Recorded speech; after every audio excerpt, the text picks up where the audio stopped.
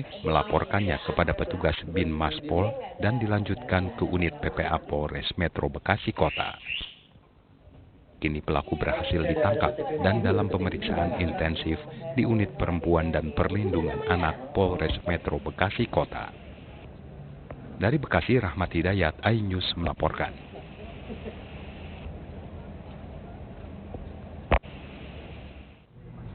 Nah, ini. Dia gue dia. Ngejar gue kan. Detik-detik 4 orang pelaku perampokan beraksi di sebuah minimarket di Jalan Suprapto Cijengkol, Kecamatan Setu, Kabupaten Bekasi terekam kamera CCTV. Pelaku masuk ke dalam minimarket dan langsung mengancam para pegawai menggunakan senjata tajam. Setelah para pegawai minimarket dilumpuhkan, para pelaku menggasak sejumlah uang di dalam laci kasir dan menggasak puluhan bungkus rokok. Usai melakukan aksinya, para pelaku langsung keluar dengan santai hingga tidak membuat curiga konsumen lain. Aksi perampokan di minimarket tersebut bukan kali pertama terjadi. Para pelaku memanfaatkan kondisi minimarket yang tengah sepi pengunjung. Tiba-tiba itu antara sekitar jam 3 lebih 10 menit ada 4 orang datang masuk, langsung mengacungkan senjata tajam ke karyawan. Nah, karyawan sempat lari, tapi karena takut akhirnya mereka disatuin gitu. Kalau di sini sempat ada kejadian juga, kayaknya dalam tahun ini udah 2 kali kalau ya kejadian. Cukup rawan sih Pak, daerah sini. Akibat kejadian tersebut, minimarket alami kerugian hingga puluhan juta rupiah. Saat ini para pelaku dalam pengajaran petugas kepolisian Polsek Setu dan Mapolres Metro Bekasi. Dari Kabupaten Bekasi, Didi Junaidi, iNews melaporkan.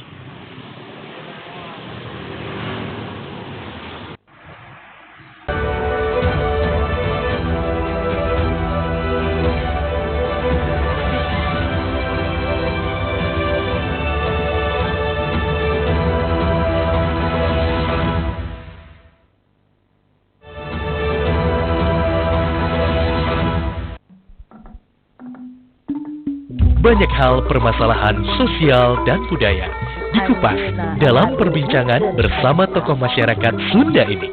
Ikhtiar mah wajib. Dalam gaya yang cair, ringan dan bermakna, Ngawangkong sareng Cepopong hadir menginspirasi untuk bersama melestarikan budaya Sunda. Kade.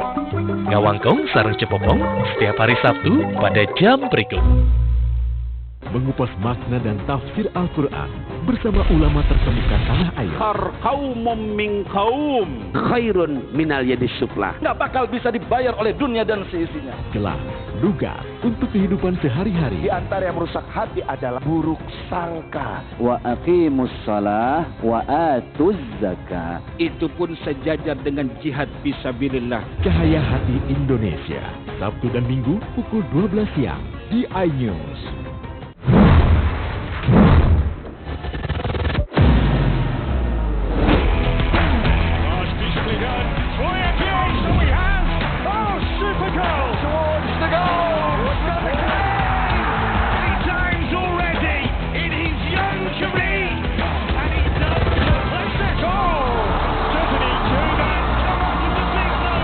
Bundesliga live iNews Premium Sport.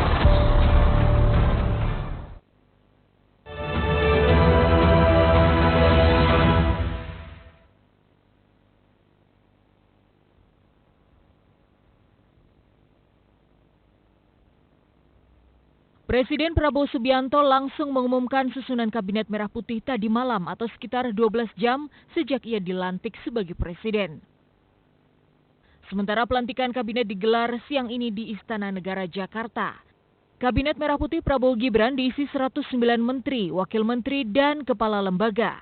Jumlah yang jauh lebih banyak dibandingkan periode Presiden ke-7 Jokowi.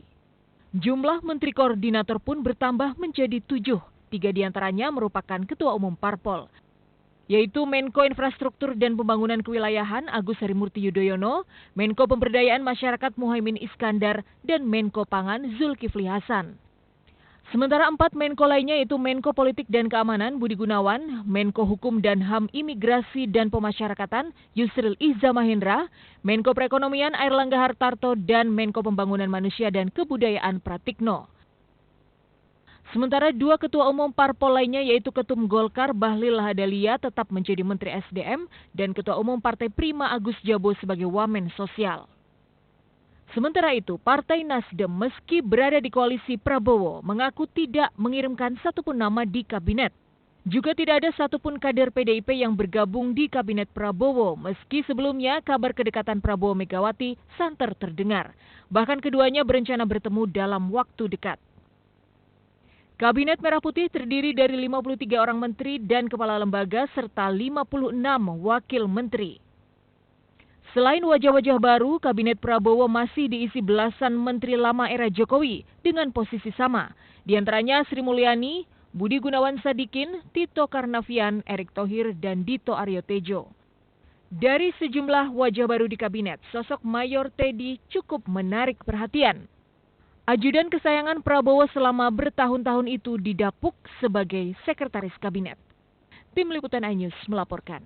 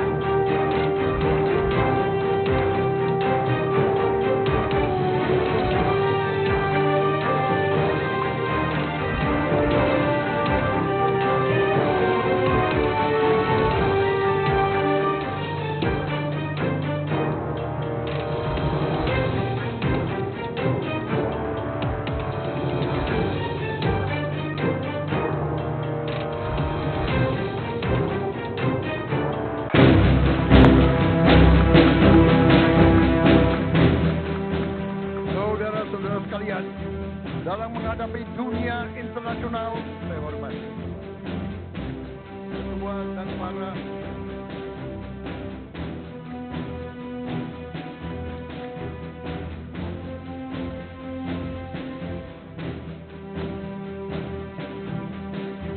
MSI Menteri Perdagangan Haji Agus Harimurti Yudhoyono, MS Dr. Andes Haji Abdul Muhaimin Iskandar,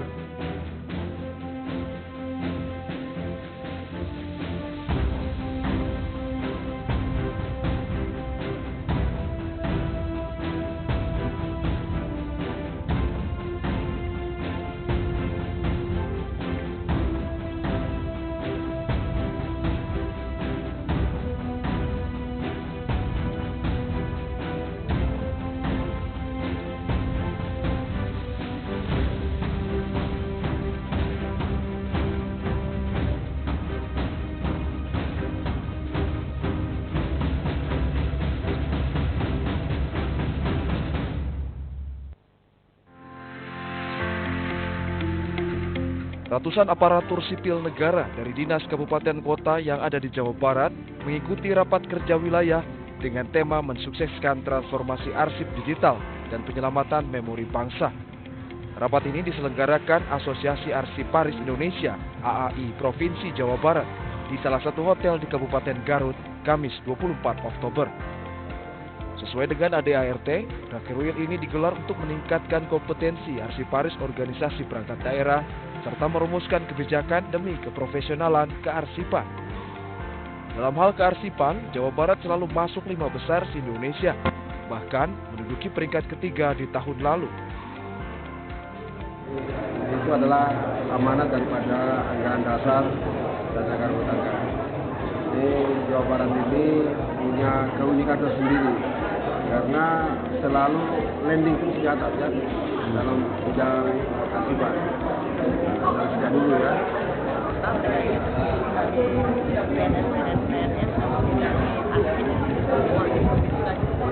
Dan dikatakan setiap tahun ini isunya sangat-sangat berkeliling di provinsi 49, di kabupaten kota 49. Jadi juga ini termasuk satu sinergi dan kolaborasi dari kami dengan kabupaten kota. Rapat kerja kearsipan dari Asosiasi Arsiparis Indonesia menjadi agenda rutin tahunan. Hal tersebut guna mewujudkan sinergi dan kolaborasi antar daerah, sekaligus meningkatkan kompetensi arsiparis yang ada di Jawa Barat. Dari Kabupaten Garut, I Solihin, iNews melaporkan.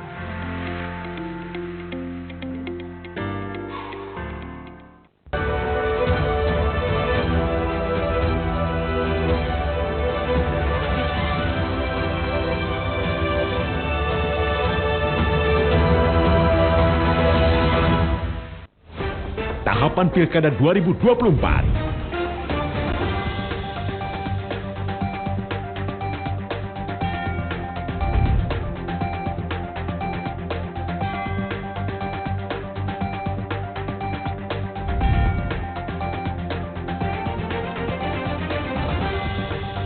Ikuti informasi terkini seputar Pilkada di semua program berita iNews.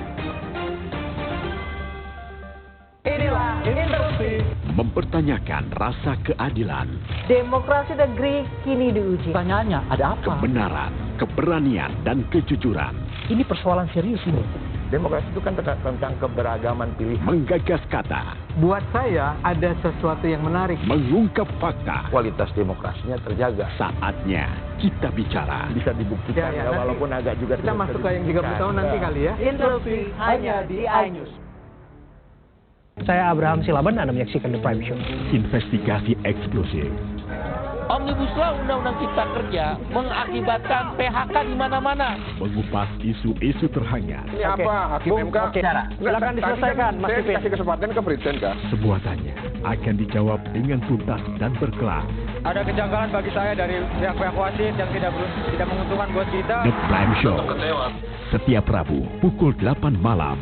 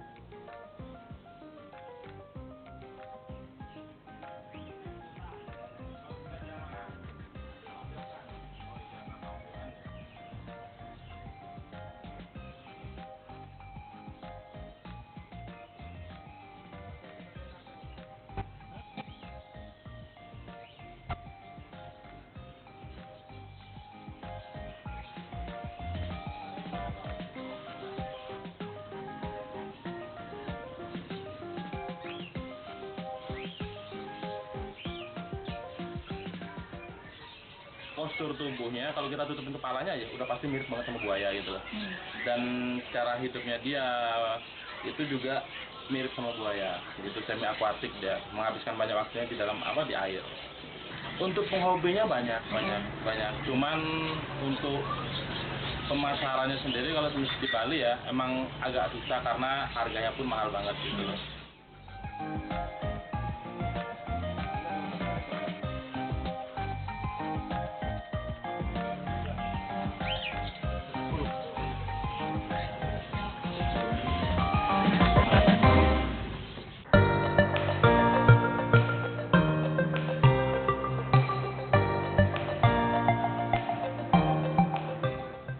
Restoran di kawasan Jalan Cihapit, Kota Bandung yang menyajikan seafood di dalam bambu yang dibakar. Pengunjung akan dimanjakan dengan beragam olahan hidangan laut yang dimasak ala Sunda. Mulai dari salmon lodeh, tetelan ikan salmon, iga garang asem, dan baby gurita kuah merah. Semua seafood dimasak setengah matang dan langsung dibawa ke tungku perapian sampai bumbu menghitam. Setelah dirasa matang, seafood bambu bakar diangkat dan langsung disajikan ke pengunjung. Memasak dengan media bambu ini memiliki cita rasa dan aroma tersendiri, ditambah dengan aroma rempah. Selain menu seafood bambu bakar, ada juga menu lain seperti gurita chili oil dan cumi dabu-dabu, yang pastinya tidak kalah enak. Uniknya tuh di ininya sih, di sajiannya unik pakai bambu dan juga rasanya juga lebih enak sih. Sayur lodehnya juga lebih unik aja gitu, baru nemu gitu sayur lodeh pakai ikan salmon gitu, baru nemu di sini gitu. Dia Sunda yang otentik ya gitu, karena kan kalau dari zaman dulu tuh alat makan kita terbuat dari salah satunya bambu ya, jadi cita rasanya agak lebih keluar gitu. Tenang saja, meski nampak banyak dan mewah, untuk menikmati seafood bambu bakar, Anda tidak perlu merogoh kocek dalam-dalam. Hidangan ini bisa disantap dengan membayar 45-an saja per porsinya. Dari Bandung, Jawa Barat, Evan David, iNews melaporkan.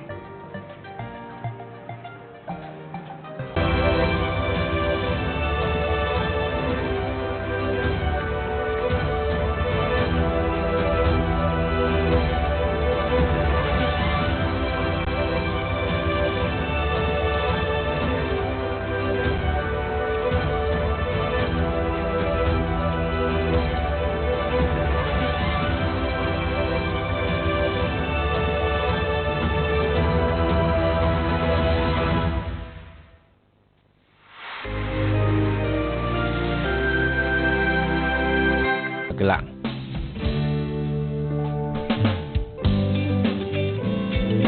Presiden Prabowo Subianto memberikan pembekalan alat TNI kepada Menteri Kabinet Merah Putih di Lembah Tidar Akademi Militer Magelang, Jawa Tengah. Apa sebenarnya tujuan dari pembekalan kepada para menteri yang sebelumnya tidak pernah dilakukan ini? Berikut petikan lengkapnya dalam cuplikan dialog iNewsroom beberapa waktu lalu.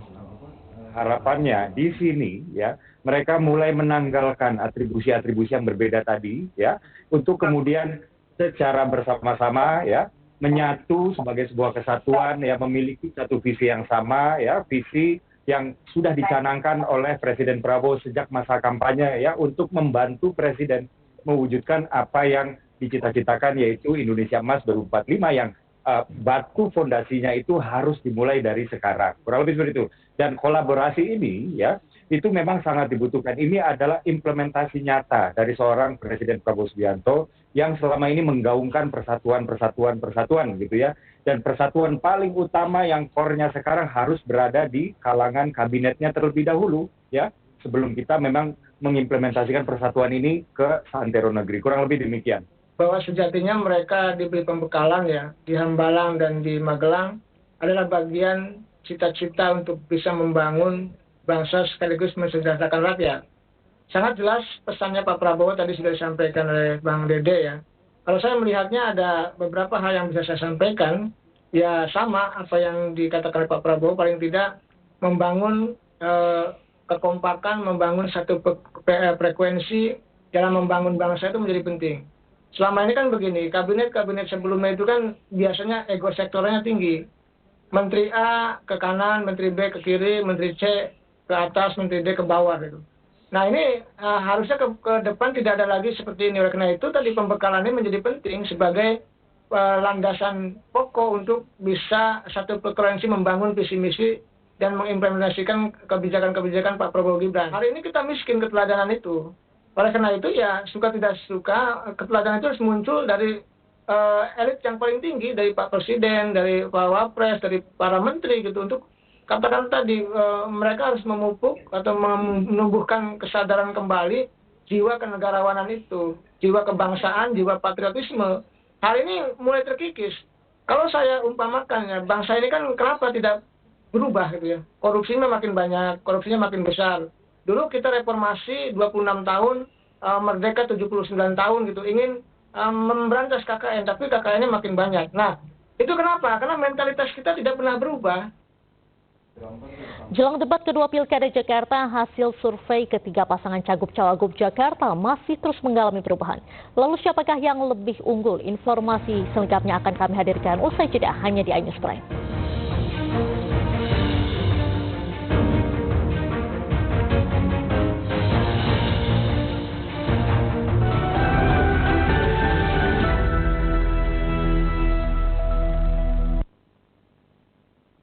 Sakit mah, minum Prama Cair.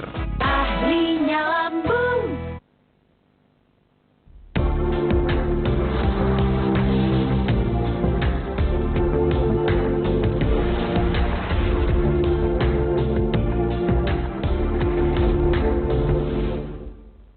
Semua botol bayi tertulis 100%